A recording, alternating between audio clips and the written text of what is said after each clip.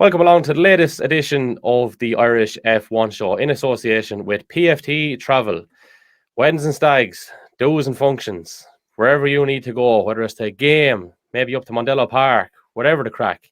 PFT Travel is who you want to go to. MJ Farrell will look after you there on that. They're on Facebook and Instagram social media channels. Murray Motorsport came on board with us for the Irish Rally podcast, and they're with us here on the Irish F1 show as well. And they've also offered a 10% discount code for our listeners. So if you put in Irish Rally Podcast into the apply discount code section on Murray Motorsport, you will get a 10% discount on a wide variety of products. And thanks also to, of course, Richard Carney Engineering, Palastorage.ie, Deliver It, KSNPM, Rapco, and all the crew there as well. So let's get down to business. So over the past couple of weeks, we had Peter Collins on, we had Conor Moore on. I was going to say Conor McGregor. He does a good impersonation of him too. But we all know here's the two biggest celebrities, Richard Carney and Barry Rabbit. How are we getting on, gents? We're all good. We're all good. What's the story? Well, we're a little bit later than usual. Apologies for this, but we kind of figured at the same time maybe there wasn't as much time pressure on as we thought, given the fact that we now have a bit of a sabbatical. So all of us lap, we've had a hectic start, and now we've time to kind of reassess, recalibrate, and digest. So on that note, Barry, I suppose we will go into that in a minute. I should say, really, is probably the best way to do it, because I want to chat to you about a few other bits and pieces first. Namely, the stunning liveries on the automobiles that the Rabbits will be sporting this year. So maybe you'll tell us a little bit about that. Yeah, we've added a new car to the Rabbit Brothers Racing stable, the Lara F3 12, which I'll be campaigning this year in the Boss Series. So yeah, that's for me. And then basically Shane is taking over my Renault, and Keith, the youngest brother, is taking over Shane's Renault. So it's it's all changed. So they've all been re-graphicked up. Mine is kind of a similar enough colour scheme to how the Renault was, the blue and green. Like you can see in the Deliver It and Palace Storage logos there on the screen. And then Shane's has gone a bit F1 spec with the 2009 Brawn colours. So white with fluorescent yellow. And then Keith's is somewhere in between the two of them. It's a bit of Keith's kind of colour has always been pink. He's always had a pink accents on his car, so he's gone with the blue and pink sort of look. So there's similarities between them, but they're all unique in their own right. All done expertly in Rapco, of course. Like that one, Barry. Hey, come here. They're not bad. They're not bad hand-me-downs to be getting, are they? Yeah. Better a pair of socks with a hole in them, all right, yeah. Yeah, fairness now. Yeah. Richie, how's things going for you? I saw a picture of your piece of machinery there recently. So what's on the agenda? Yeah, much the same as Barry. I had the pleasure of joining Barry last week in Mondello for a test day. The boys were shaking down Barry was shaking down his new X3, and Shane and Keith were out in the two Renaults, and Barry invited me along for the day to do a bit of testing on my own with my own Formula Shane, and we're changed this year on slicks and wets, so it was something new to learn for me as well. The day was invaluable. We had great weather considering what it was expected, but yeah, full steam ahead from here on now for, I'd say, me and Barry and 100 other people across the country getting ready for next weekend. Lads, I noticed Alex Denning is now going to be part of the Aston Martin Academy. Is that correct, lads? Yeah, I've just seen that. The other day, Yeah. Seen something about that the other day. Yeah, so he would have. He's young racing driver of the year for 2022 or 23. I don't know how they do it, but this year anyway. So yeah, he's signed up to some Aston Martin affiliate program, I think, as a young driver. There's a lot of them on the go. You know, they kind of. It's good. It's a two-way street. You know, it's so he gets the kind of the kudos of having the Aston Martin name beside him as such, and makes it easier to progress. Like most driver academies, it's a bit more to it than meets the eye. You know, it's as I said, two-way street is probably the best way of describing it. You go along and you join them as much as they join you as such, and then it just helps raise his profile. And he'd be paying a few quid for it, I'm sure, or there's some sort of deal done. But they don't take on guys that haven't got the ability, and Alex definitely has that. So best of luck to him. Another Alex, of course, as well, by the name of Dunn, is just about to embark, I think, on the F3, isn't he, campaign? And he's a Ferrari, isn't he, in the Ferrari Academy, Richie? I don't know if he actually made it into the Ferrari Academy. I know he was down to the final 4 or 5. Same thing again. It's like Barry was saying about Alex Denning, and congratulations, Alex. You know, just to have those names, Aston Martin, Ferrari, linked with you. Barry says cost a few quid, but when your names are tied to those big names, it certainly helps you climb the ladder, and hopefully that both Alexes can climb the ladder and make it there eventually. Both super talented guys.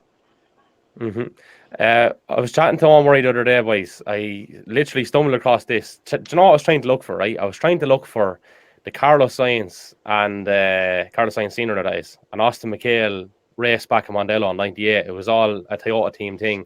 And I don't know, not too long after that, Jordan obviously did their day where David Kennedy drove was it the 199?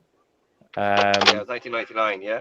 Yeah. So anyway, by sheer coincidence, I stumbled across the Fiesta Endurance race from the end of last year, which I hadn't watched, and I just thought it was great entertainment. And I gave one a nice little rub about it as well, because he had a little altercation at one particular point, and it looked like great crack in general. And Richie, were you a crew chief for someone there, were you? Normally I compete in it. Normally I drive in it. I've done it with Barry a few times. Done it with other teams. It's mega crack. It's like one of the highlights of the race season for us. It's really good crack. Yeah. Listen, lads, the next track there, you may give me a shout. I know we mentioned it already, but that sounds like good fun. MJ has actually promised me a spin. Now, he's a brave man. But what do you call it? We'll have to sign some disclaimer, I think. But very much looking forward to that. Sure. By all accounts, we may have a big name going for a spin with Baz at some stage. So, yeah. Keep your ear out for that one, lads. Right, we'll chat a bit about F1. It is the Irish F1 show. And it's been a few days since Australia, guys. But, I mean, it wasn't without incident. But as a general overview, with the benefit of a bit of hindsight now, Brian Rabbit, what did you make of it all? Yeah, it wasn't a bad. I mean, I think the race itself, it seems to be a firm favourite for those that attend it, but it's never really given great racing through the years. But it wasn't. I think it was a similar enough case this year. Overshadowed, of course, by the last few minutes with the red flags. Well, there was a red flag early in the race, of course, but predominantly the ones at the end and the bit of controversy there. But yeah, as a race, it was all right. It was all kind of kicked off, and then really the main talking points all come around the how they operated the red flags and the safety cars, which was it's I think they're just getting themselves into a bit of a mess with too many rules and too many precedents, and it's getting a bit messy. Yeah, I agree wholeheartedly, and we spent most of last year talking about rule books, didn't we? Like, we're blue in the face talking about it. The one thing, Richie, that really struck me out of everything, right, was how quickly Alonso had the wherewithal to think to himself, this has happened before, there's previous, Silverstone. Literally, like, it felt like milliseconds, and you had that message gone back, which probably isn't that surprising, but also, I suppose, quite impressive, yeah? Yeah, I honestly, like I thought the very same when I heard the radio message. Like that's a driver that's thinking on his feet, really and truly. Like, I mean, all what chaos is going on around him, and he still can revert his brain to Silverstone last year to an incident, regarding a similar penalty. But honestly, if there's one or two other drivers on the grid that would be thinking in the same lines as Alonso, that's about it at best. Like, that's just the caliber of Alonso, really and truly. Mm-hmm. Barry, you got to be impressed with him this year. Like, obviously, there's been an improvement in terms of what he's driving around in. But I mean, we'll take the ego side out of it, and everybody's banging the drum of saying he will win races, or he could win races if he was in a good car. Having said all that and taking into consideration, while it may not be a surprise, it is really one of the biggest talking points that we've seen so far, in my opinion, anyway. Is that something you go along with? Yeah, I mean, yeah, just in terms of the improvement of the car, I would say Alonso probably isn't doing any better than he ever has. And I think it's a point that's lost on a lot of casual observers of F1 in general, that they equate too linearly the result with the ability. And those who Well, how about the kind of age, though? studied the sport, I don't think. I mean, I don't think it's age as in a number. I don't think you lose the speed naturally. It maybe a little bit, tiniest bit, but you can make up for that in experience. What really is the first to go, I think, is just a desire to do it. Is what will go before anything else, and that's normally what happens. But I think Alonso's a special case. He's no kids or anything like that. He's got nothing dragging him away from the sport. He's a massive fan of motor racing as opposed to F1, which sometimes gets conflated. They're two totally different things. And Alonso, we've seen that he's done Le Mans, he's done the Indy 500, he's done a bit of safari type stuff, or Paris Dakar type thing, I think, as well. He's in a kart every other time you see him. He's got a young driver academy of his own.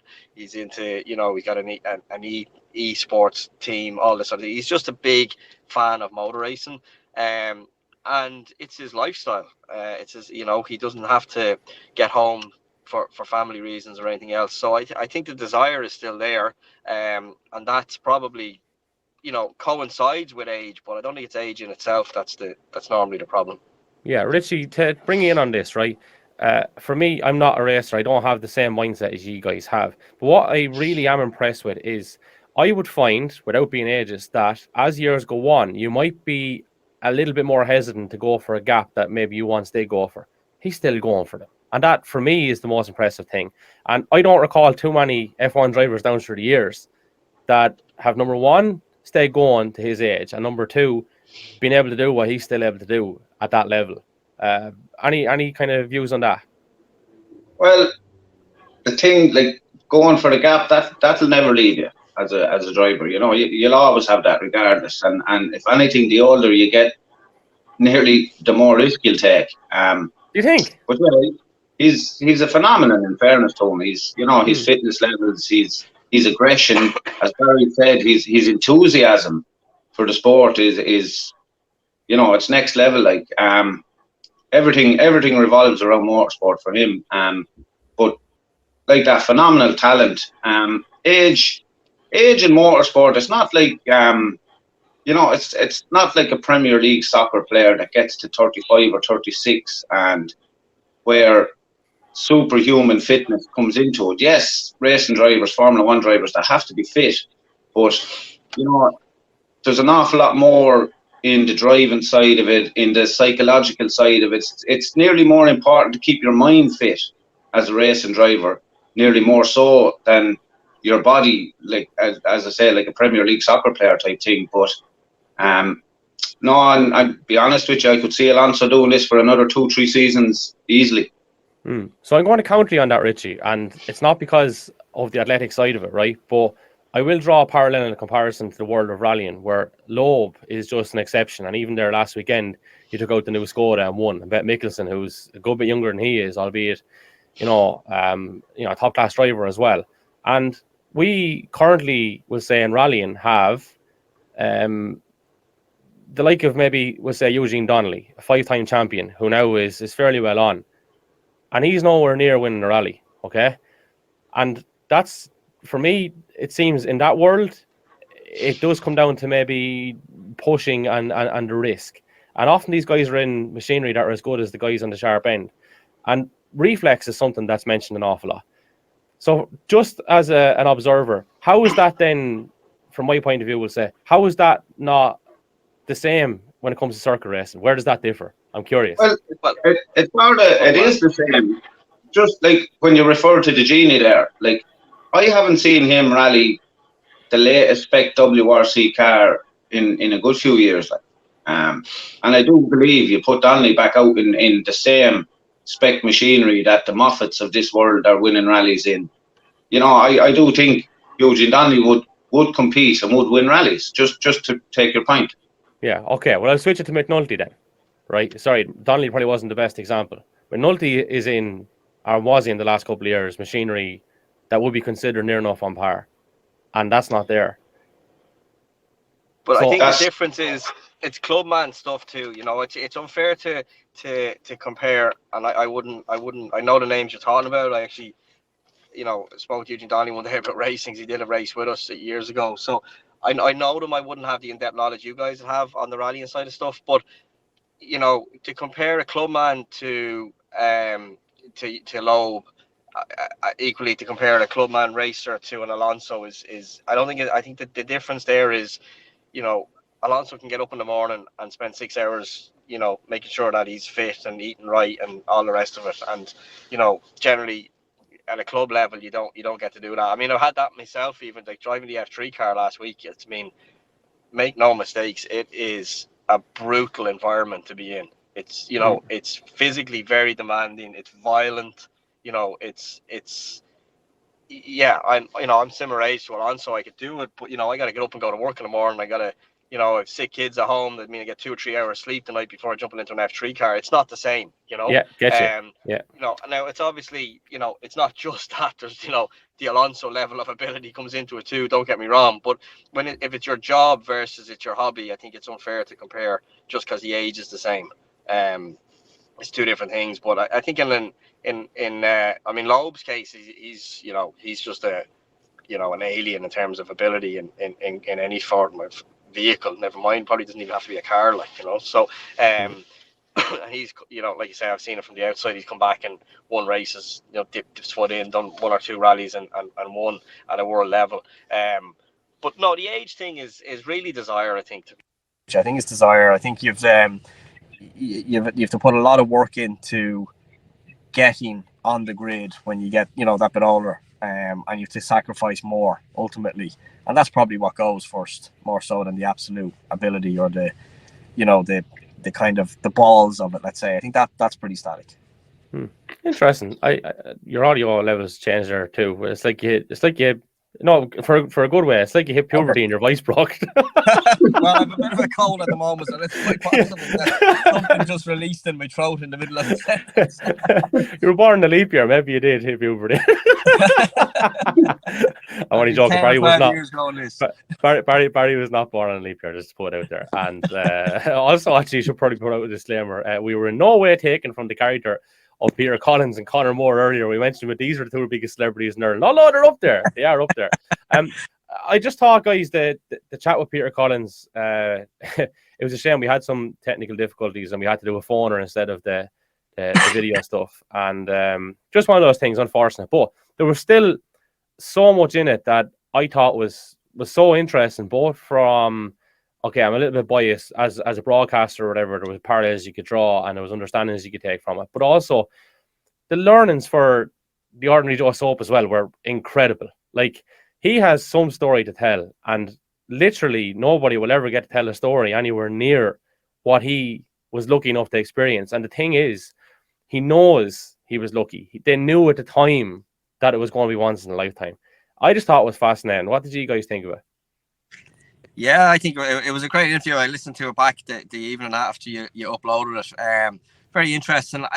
Some of it caught me unawares because I would have, I never really watched F1 on RTE for no particular reason other than I had the the alternative option, which would have been, I suppose, BBC at the time, and I just kind of watched that. But so the whole kind of RTE F1 thing kind of passed me by a little bit. So from my point of view, it was quite interesting to listen back to it to see people mention how big a part it was of their love of F1 and racing in general. The pit lane reporter was Declan Quigley. As far as I was concerned, Declan Quigley raced Formula V's in Mondello, and that's where I knew him from.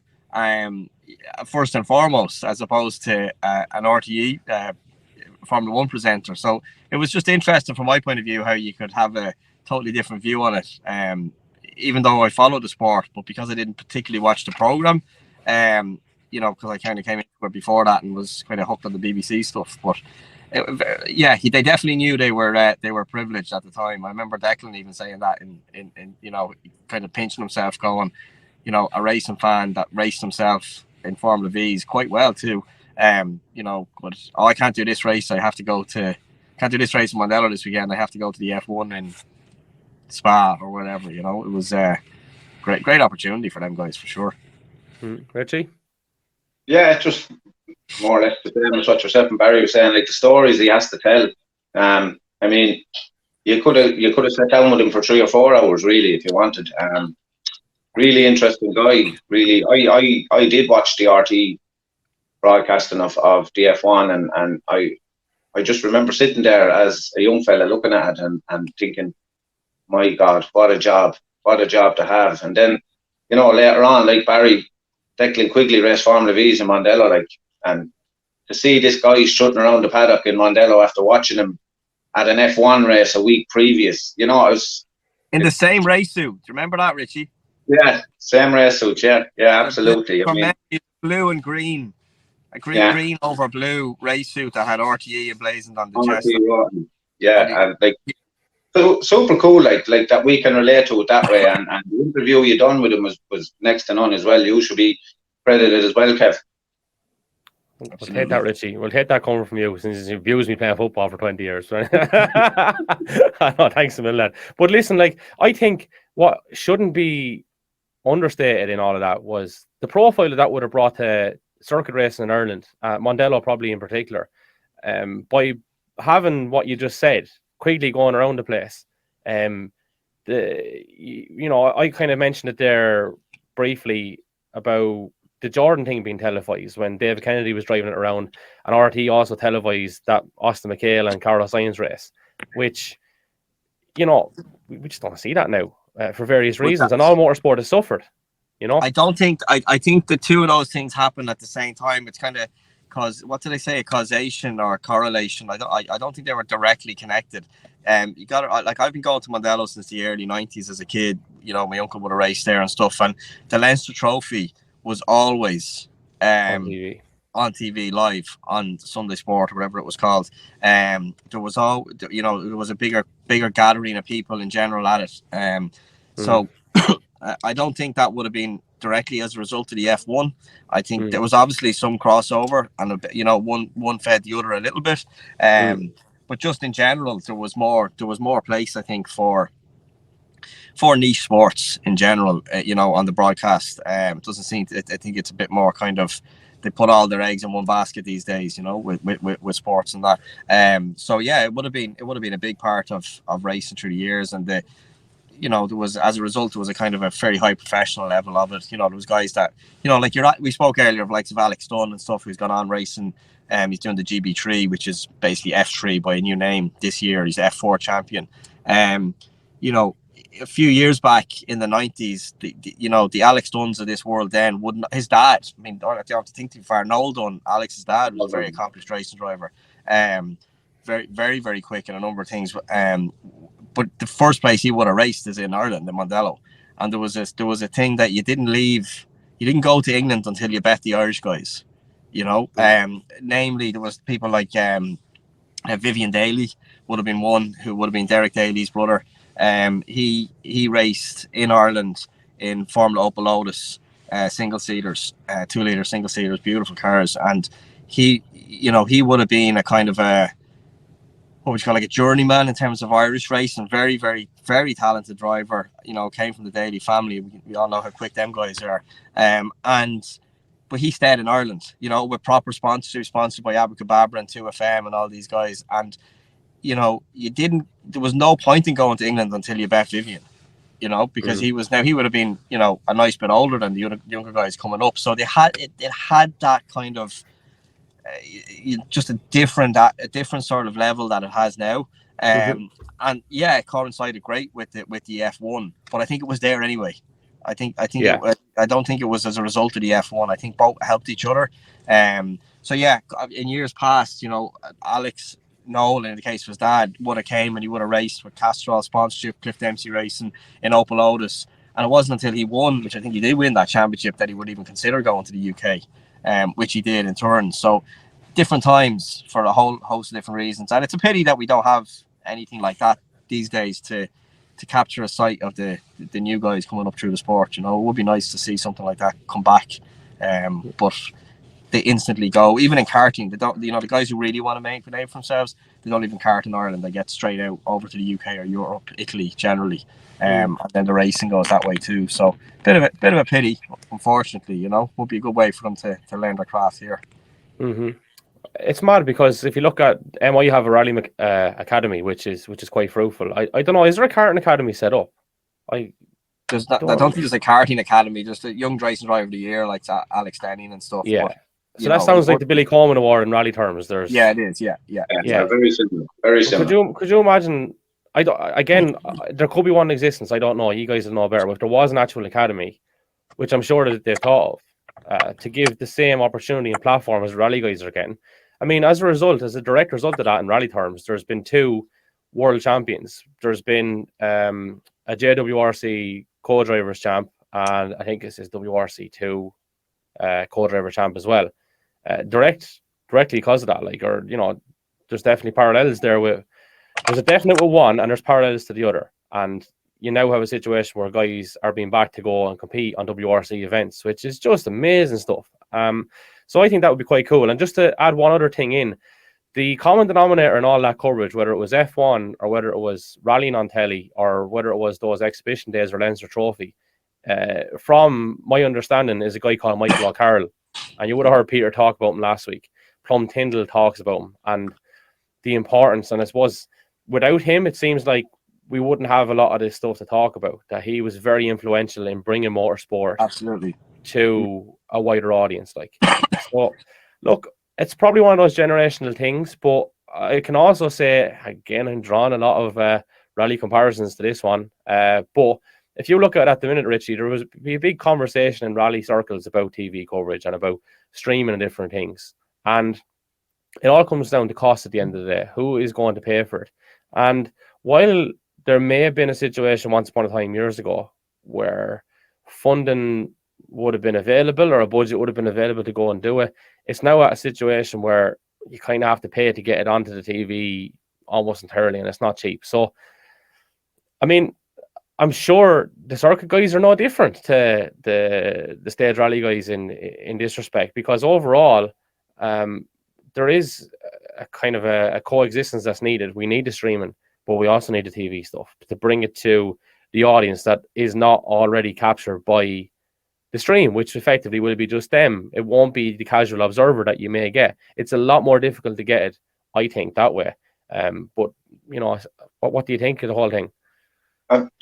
Both codes are identical in that sense, where we're the same at circuit racing, live stream races. We've been lucky enough that the Beacon Hospital have come in and sponsored the live streaming for the Sunday races in the new ICCR championship there. But like that, same thing. Anytime we wanted it streamed, it was put on top of your entry. It was always came back to driver. The drivers ended up coughing up for it inevitably, and probably still are.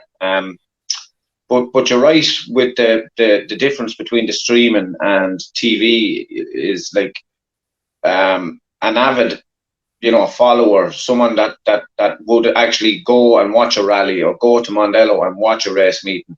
That's the audience you're going to get on a live stream. Whereas TV, as you say, you will just get the casual guy flicking and turn this on and say, hold on, let's just have a look at this for a few minutes and see what's going on with it. So, the TV is ultra important, but it just comes back to cost.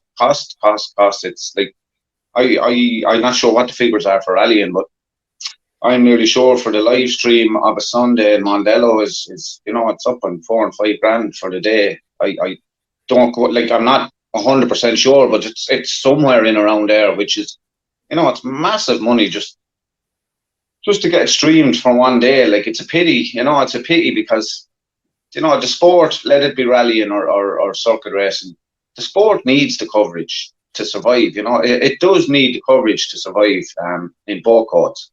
Yeah, absolutely. I agree 110%, man. And those things aren't cheap, and it seems to be a regular occurrence in all motorsport disciplines in Ireland where the competitor does seem to have to pay.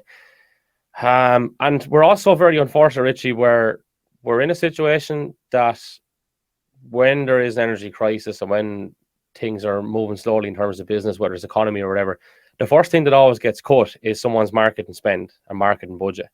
And more often than not, that's what you're relying on. It's advertising to pay for these things. And if that amount isn't what it once was, you are going to struggle. And that is a big, big worry. Not to be all doom and gloom about it. We always will have it. It's just to always be in a position where you want to maximize the level of exposure of it. That's unfortunate at times. Like, it is. And listen, I'm like Barry, I'm fortunate enough that, yes, absolutely, I could do with sponsors, and I take sponsors, and I have sponsors. Barry being the same, but we could probably manage to still go and race either way.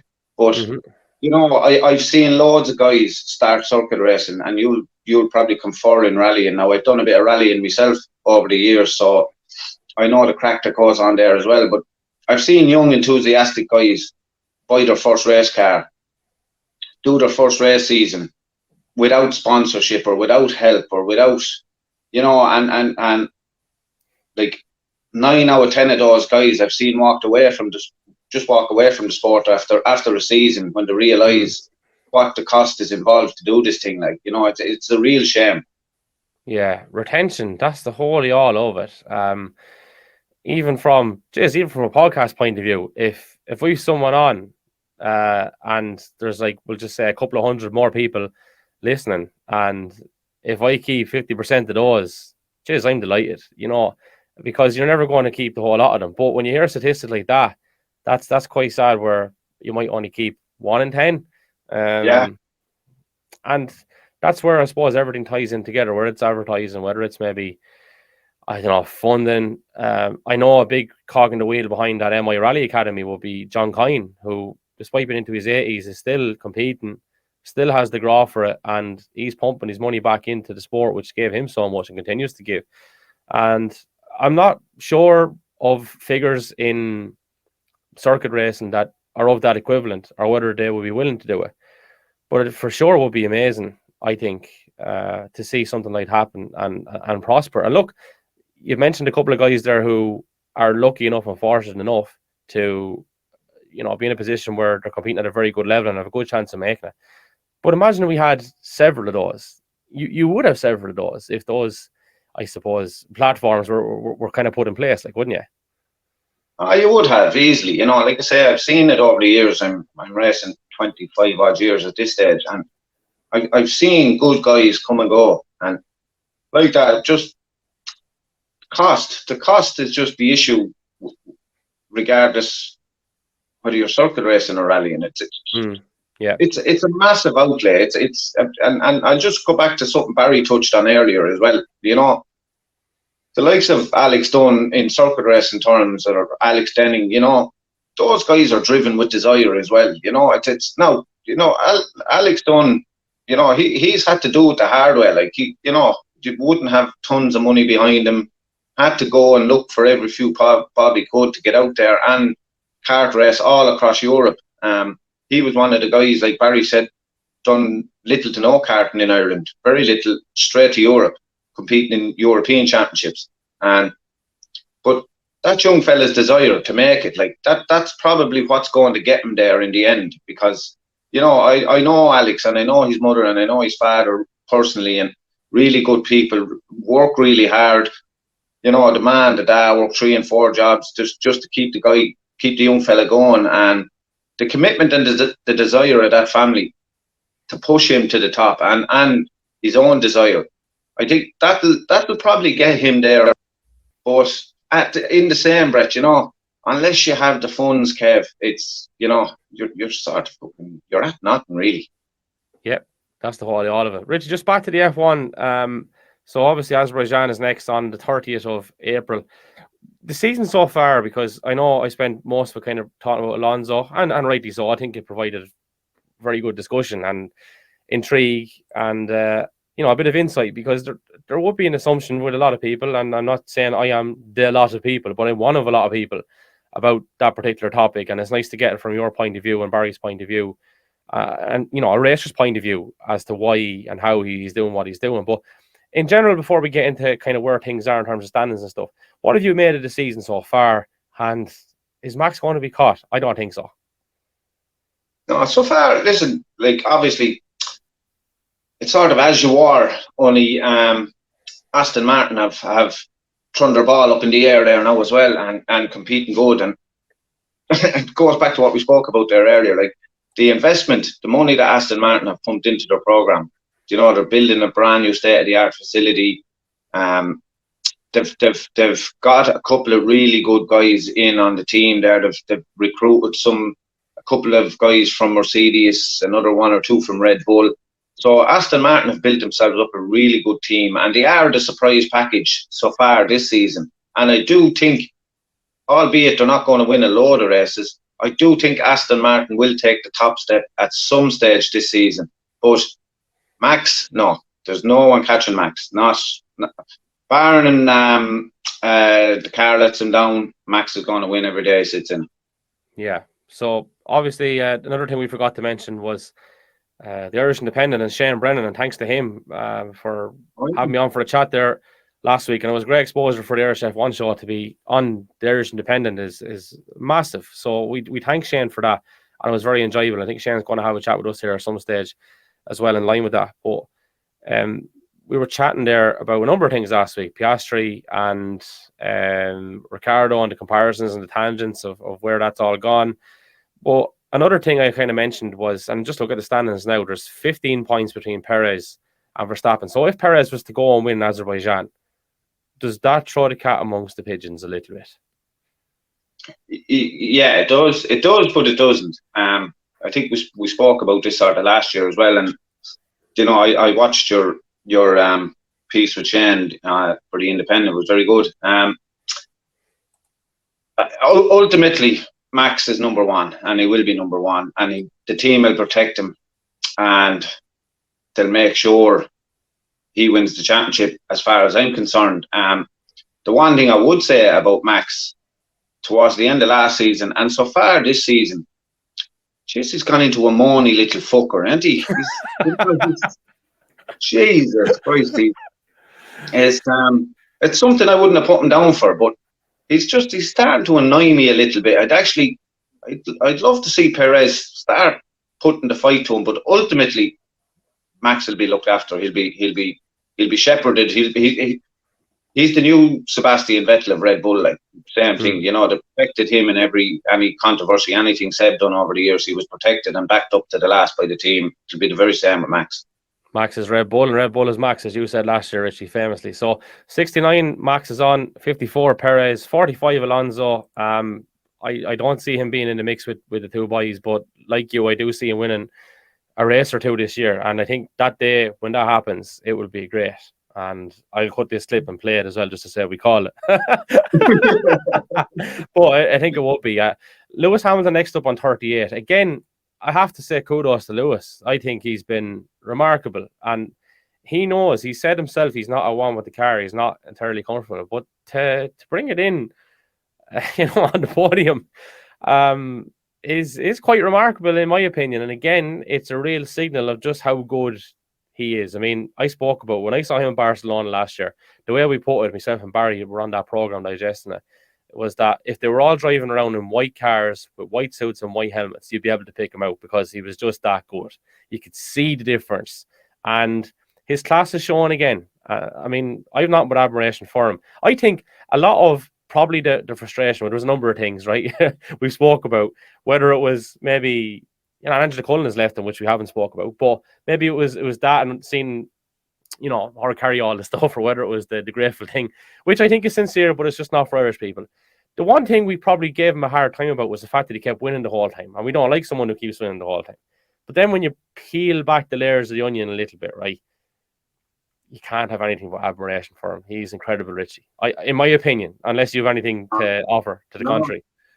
No, absolutely, totally agree with you. He's a phenomenon as well. I mean, 7 world titles, and we've all said, listen, I've had this argument countless times where I counter-argue the fact that Schumacher won his 7 world titles with much tougher opponents and much tougher opposition back in the day. But in the same breath, Hamilton is, he's different gravy, and George Russell, his team in the same breath, they're phenomenal. Like same thing. Like Lewis is pushing on too, and you know his desire still seems to be there. His determination still seems to be there. Like bringing it home last week on the podium, like that was a fair result and a well-deserved result, because a lot of times last year when Mercedes found themselves on the podium, we'd sat on the show and said it was down to other people's misfortune more so than Mercedes being back at the level they need to be at. But last Sunday, like that was a credible place finish, you know, well deserved from Lewis. And yeah, you're right, he is. It's a phenomenon. It's a phenomenon drive. Yeah, unbelievable driver indeed. The constructor standings: 123 Red Bull, 65 Aston Martin, Mercedes 56, Ferrari 26. It's been an absolute bleep for Ferrari this year. We thought it was possibly going to be at an end, but whether it's just what Sainz kind of went through at the end or what Charles went through at the start, it's not been pretty at all. And what did you make of Sainz's reaction after the collision, and subsequently, you know, his reaction in the car when he was told there was going to be, you know, the penalty or whatever? Yeah, like Jesus, Ferrari are. Oh, you know, I'm a Ferrari fan. You know, yeah, we all same. know that. Yeah, and you know, it breaks my heart to see them where they are, and they really shouldn't be where they are. You know, they have the resources, they have the facilities, the people. Sort of goes back to what we spoke about last year as well, and a couple of times. Ferrari are afraid of Ferrari. They're afraid to be Ferrari. Like I thought with Fred Vasseur coming in now, he would be someone that would, you know, make a decision or grab the bull by Fred the is there now. Yeah, but I thought he would have. I thought he would have been a lot more demanding of the team than he is. I thought, you know, whereas, you know, we all sort of thought Benotti got a hard time there, but or maybe he wasn't the man for the job. But as it's turning out, like it's a tougher job than we gave Benotti credit for. And as regard Carlos, like she should have to feel very sorry for Carlos. Like that was an extremely harsh 5-second penalty, as far as I'm concerned. Like there was absolutely no difference in the contact with him and Alonso than there was on the first lap with Lance Stroll and Charles Leclerc, and there was no penalty given for that open lap contact between an Aston Martin and a Ferrari. But Carlos got I thought it was a very harsh penalty. He didn't deserve it at all, and I can understand why he was so upset about it. I don't know the legal side of this, but in my head, I'm thinking, how can someone get a penalty for a lap that didn't exist? Yeah, that's the other side. Is that a right or wrong way of interpreting that? No, or? It's the right way to interpret it. Like, and this is the other side of it, where F1 continues to make a show of itself when it comes down to that end of it. You know, you go back to 2021 in Azerbaijan, and like they got rid of the guy there last season that, you know, Massey got rid of Massey, thinking that was going to cure it. Like it's like they got rid of one clown and hired 20 more. You know, this type of thing. You know, didn't fucking. I don't know who's running that madhouse of an organisation, but I mean, you know, there was so much better ways that race could have ended. Like, all right, I'll have to post a disclaimer. That's Richard Carney's opinion and not the Irish F1 show's opinion. I hope Michael Massey's not listening to this somewhere. I couldn't imagine so. No, I don't think so. Somehow or another. And if he is Michael, I apologise. Sorry.